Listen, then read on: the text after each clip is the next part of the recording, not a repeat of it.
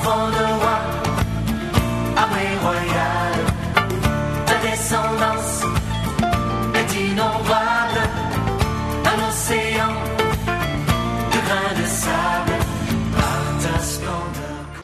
Bonjour fidèles téléspectateurs de l'émission Trajectoire sur la chaîne du développement. Bienvenue encore une fois de plus.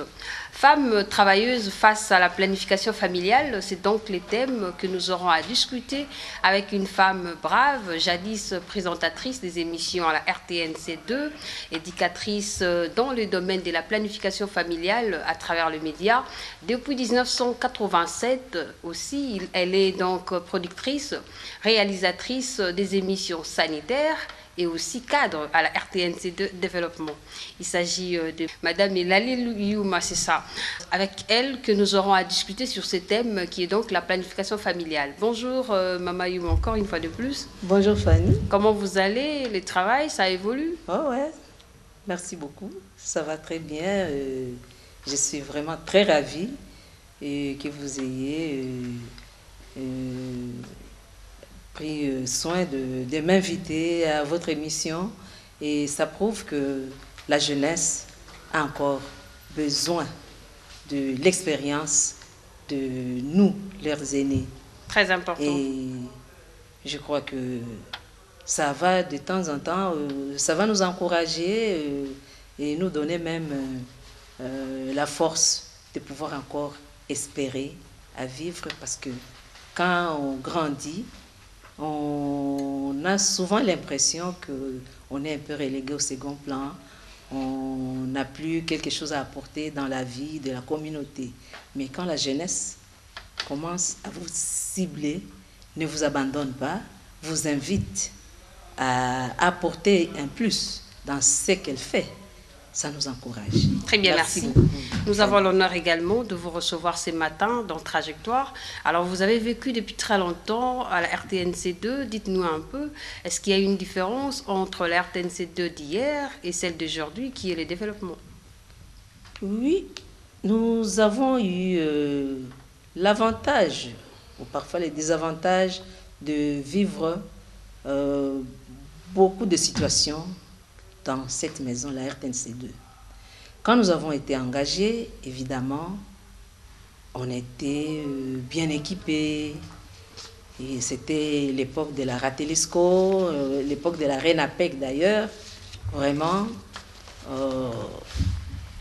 ce n'était pas tellement comme aujourd'hui, mais là vraiment, il y avait... on pouvait travailler à l'aise, toutes les conditions étaient réunies. Et au fur et à mesure que les années passaient, la situation commençait à se dégrader, même du côté des salaires, même du côté conditions de travail. Mais là où il n'y a pas tellement eu de cassure, c'est la mission qui nous est confiée. La mission, cette mission qui est de former, informer et distraire la population. En tout cas, là, nous avons fait un effort, même avec les très peu de moyens dont nous disposons, mais pendant un temps surtout, mais aujourd'hui ça va encore déjà, hein, on faisait toujours un effort pour essayer de donner le meilleur de nous-mêmes à notre population qui regardait notre chaîne. Très bien, merci Madame Youma. On ne sait pas vous référer ou encore on ne sait pas vous identifier facilement par votre prénom. Qu'est-ce qui se passe? Mon prénom, c'est Maman. Lorsqu'on parle de Maman Elali, c'est difficile de reconnaître que c'est Maman Youma. Ça, là, vraiment, vous avez raison, Fanny. Ici, au niveau du travail, les gens ont l'habitude de m'appeler Maman Youma. Peut-être parce que quand j'ai été engagée, on n'utilisait pas les prénoms. C'était, à l'époque de la Deuxième République, c'était les noms et les post-noms. Youma Mouichi. Mais ce que tu viens de relever là, vraiment, je vais vous avouer que quand quelqu'un m'appelle Maman Elali, ça doit être quelqu'un qui me connaît très très bien. Soit c'est un ami d'enfance, un membre de ma famille ou quelqu'un de mon quartier. Donc mon prénom n'est pas tellement connu. Vraiment.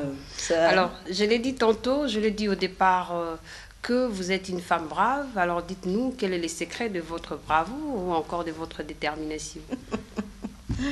Femme brave. Bon, c'est vous qui le dites. Je ne sais pas dans quelle mesure cela est vrai. Ce sont les œuvres. Brave, si je dois répondre à cette question, si je dois être de votre avis, peut-être parce que j'aime le travail. En tout cas, j'aime ce que je fais. Et surtout notre travail de production, conception, production des émissions.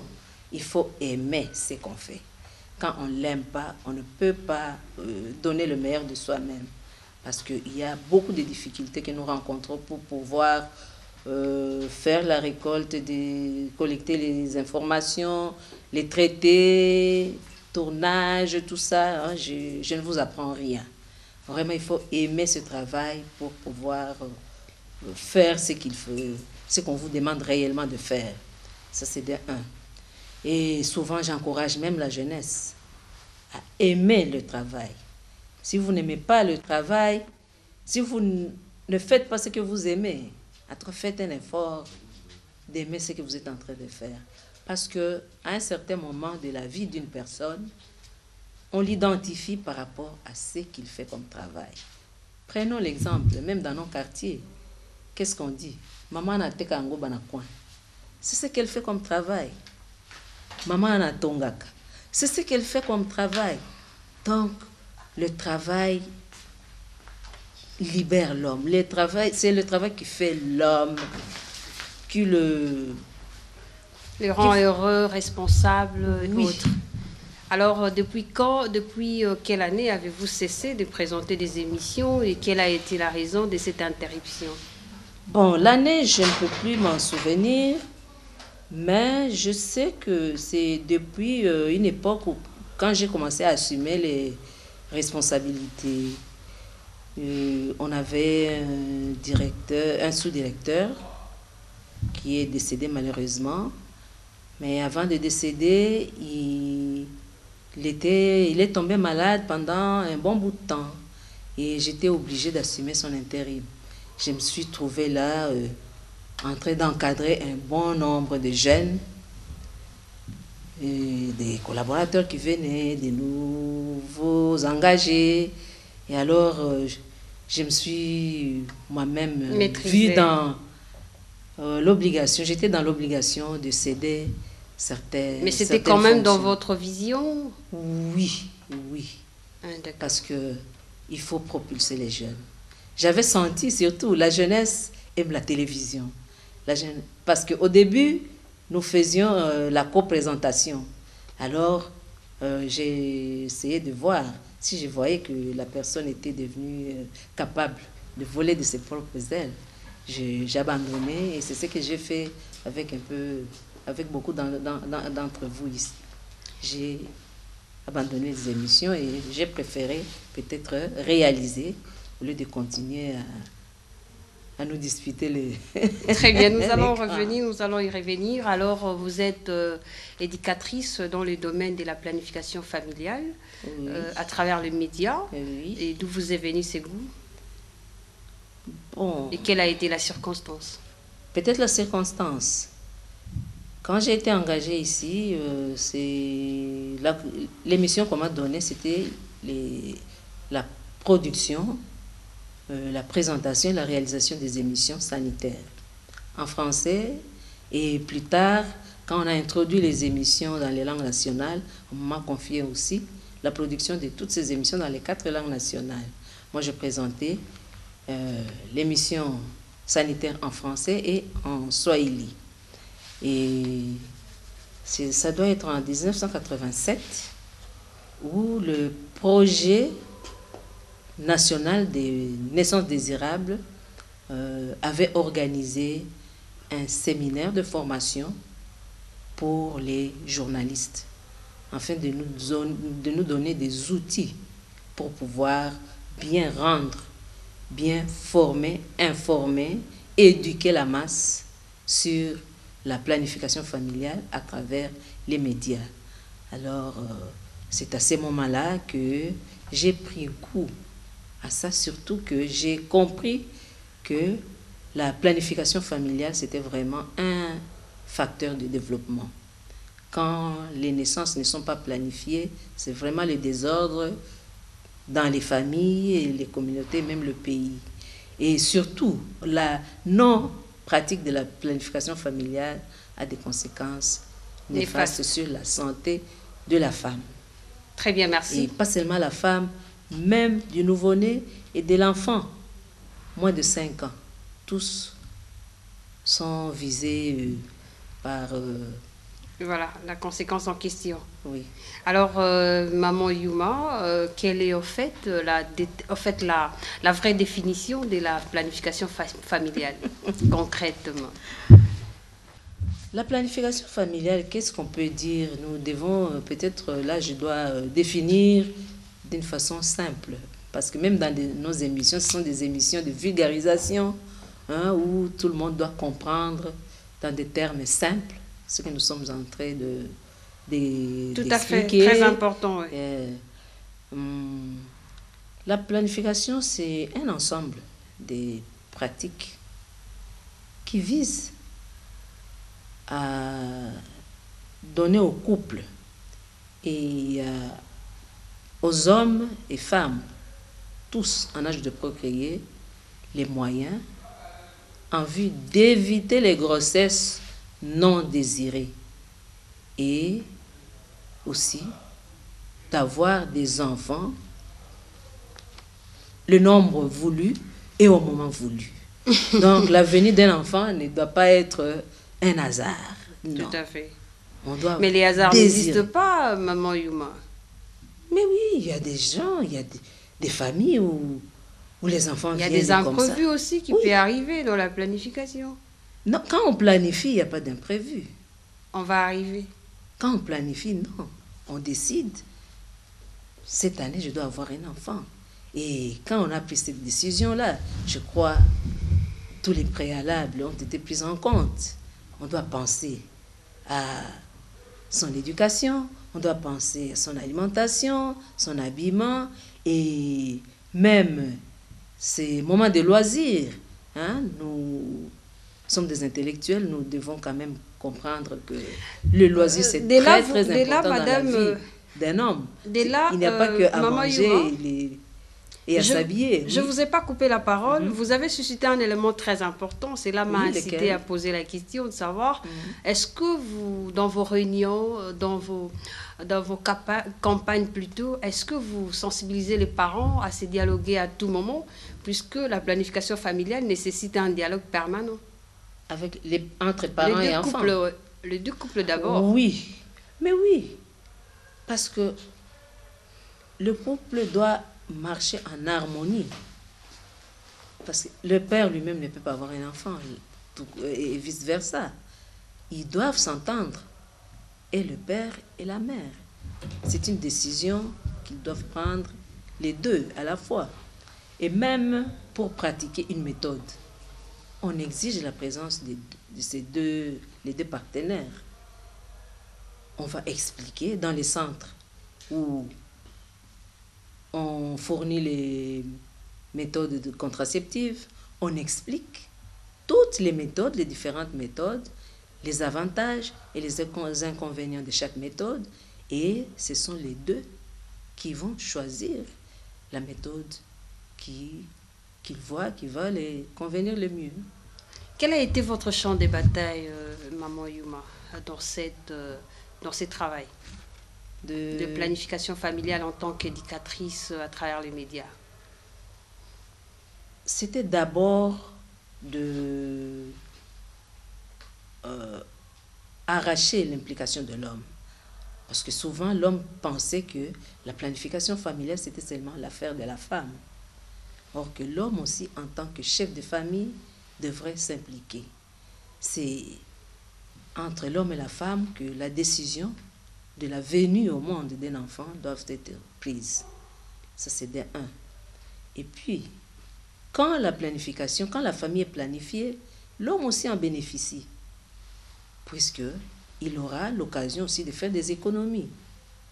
Il ne va plus fuir la maison Parce qu'il y a de ces hommes-là qui trouvent des prétextes pour quitter la maison très tôt, aller travailler, alors que ce n'est pas seulement le travail qui le pousse à quitter la maison très tôt. Il fuit les bruits, les dérangements des enfants à la maison. Et il va s'arranger pour rentrer encore très tard. Or que quand on a planifié les enfants, Oui. l'harmonie est là. Très bien. On peut savoir si Maman Yuma a combien d'enfants? Maman Yuma, Oui. Maman Yuma a eu dans sa vie 3 enfants. Oui. Mais C'est elle a planifié. gardé 2 en vie. Ah, d'accord. Que Dieu soit loué et que son âme repose en paix. Voilà, c'est le choix de l'Éternel. Voilà. Alors revenons toujours dans le cadre de notre sujet, c'était donc femmes travailleuses face à la planification familiale. Est-ce que vous remarquez les femmes travailleuses en train de prendre comment je peux dire, est-ce que vous sentez les femmes travailleuses sont en train de prendre en considération la planification familiale? Bon, ça dépend de la période. Vous savez, à une certaine période, on ne parlait plus de la planification familiale. Je peux dire, c'est depuis 90, on n'en parle plus. Il suffit même de poser la question, même aux femmes intellectuelles, elles ne savent même pas où se diriger pour aller s'en procurer. Mais c'est quand même quelque chose de très important pour une femme, parce que sinon, on risque de gâcher le travail.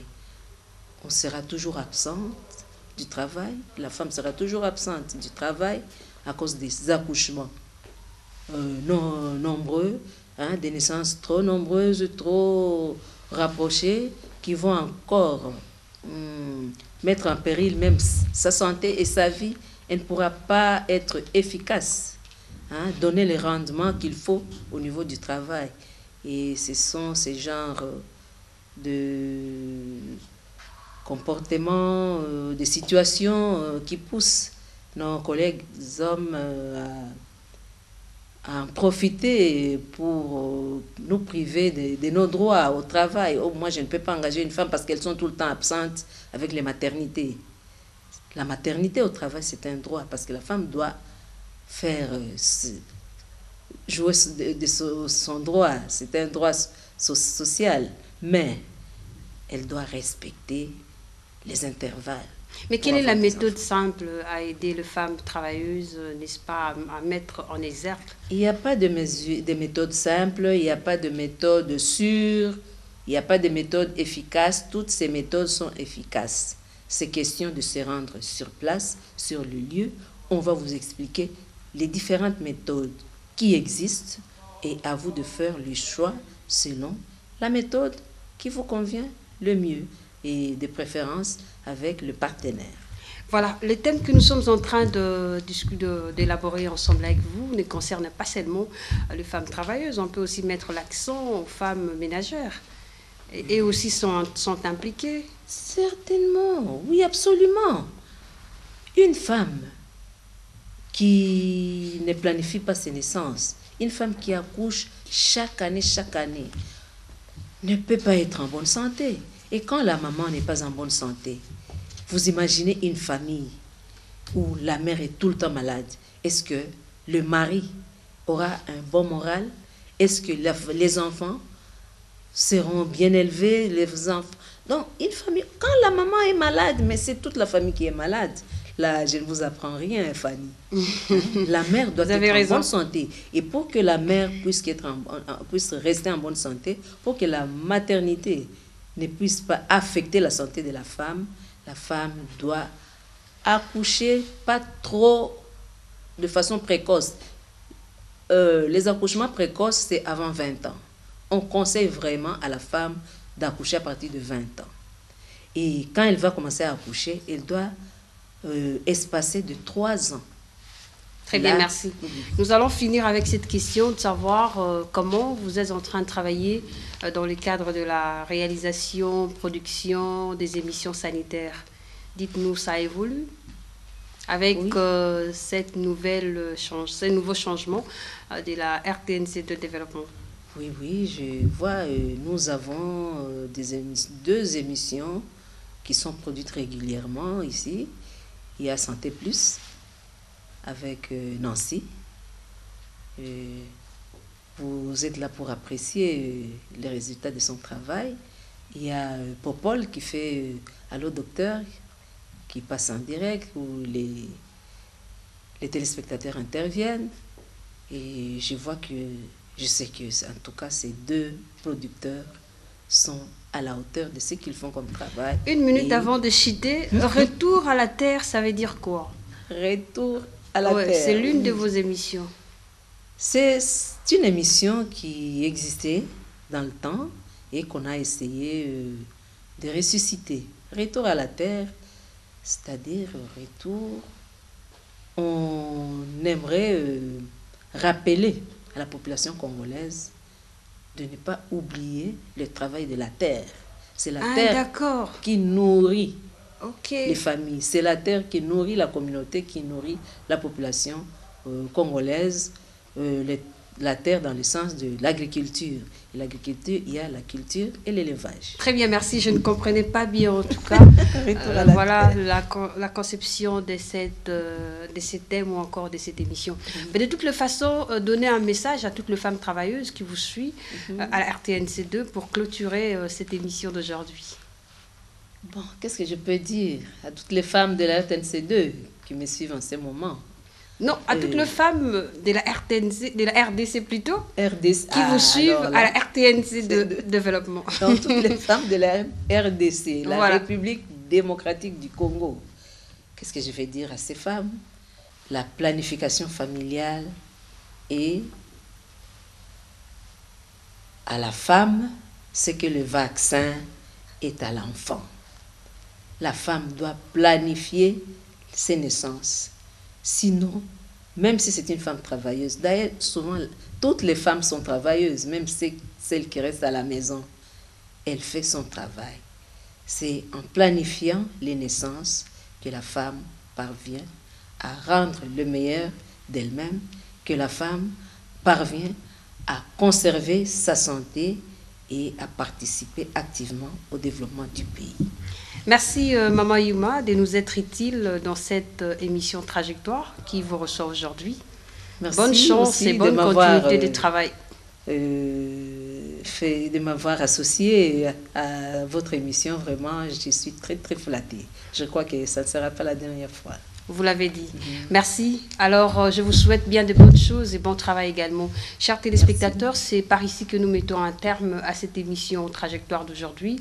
On a parlé de femmes travailleuses face à la planification familiale. Je crois que vous avez suivi aux hommes de soutenir les femmes et aux femmes de discuter avec leurs partenaires. Merci en tout cas et nous retrouvons-nous la semaine prochaine avec un autre numéro. Au revoir.